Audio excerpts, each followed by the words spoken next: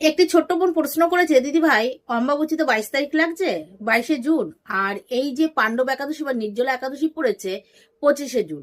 তাহলে এখন কি করবো? এই পাণ্ডব একাদশী বা নির্জলা একাদশী কি করতে পারবো? আমাদের কি করা উচিত যদি একটু বলেন।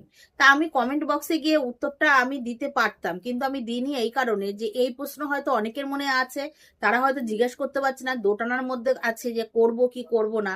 তাই জন্য একটা ভিডিওর মাধ্যমে এই প্রশ্নের উত্তর আমি দিলাম, যাতে সবাই জানতে পারে যে এই অমাবস্যা চলাকালীন আমাদের যদি কোনো একাদশী পড়ে, সেই একাদশীর ব্রত আমরা কি পালন করতে পারবো, সেই প্রশ্নের উত্তর আমি দিচ্ছি। পুরো ভিডিওটা সম্পূর্ণ শুনবে। দেখো, আহ, এই যে অম্বাবতী চলাকালীন একাদশীর তিথি বা হরি পুজো যা কিছুই পড়ুক না কেন, সেগুলো কিন্তু পালন করা যায়। ভগবানের ক্ষেত্রে কিন্তু কোনো নিয়ম চলে না। ভগবান সবার ঊর্ধ্বে। ভগবান নিয়ম বানায় অন্য দেবদেবীর জন্য। ভগবান কিন্তু, ভগবানের জন্য কিন্তু কোনো নিয়ম না। আর ভগবানের সবসময় সেবা পুজো অন্তর দিয়ে ভালোবাসা দিয়ে হয়, সেখানে কিন্তু কোনো নিয়ম চলে না।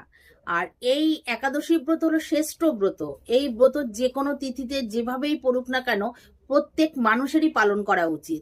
যাই জন্য নির্দ্বিধায়, মানে মনে কোনো সংশয় না রেখে অবশ্যই এই নির্জলা একাদশী বা পাণ্ডব একাদশী সবাই পালন করবেন। অমাবস্যার মধ্যে পড়েছে বলে যে করবেন না, এমনটি করবেন না।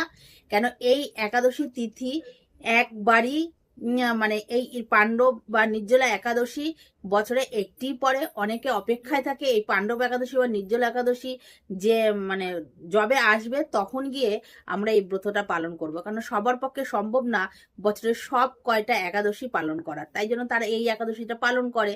যাই হোক, তাই জন্য বললাম, মনে কোনো দ্বিধা দ্বন্দ্ব না রেখে অবশ্যই এই একাদশীর ব্রত পালন করবেন। জয় রাধে।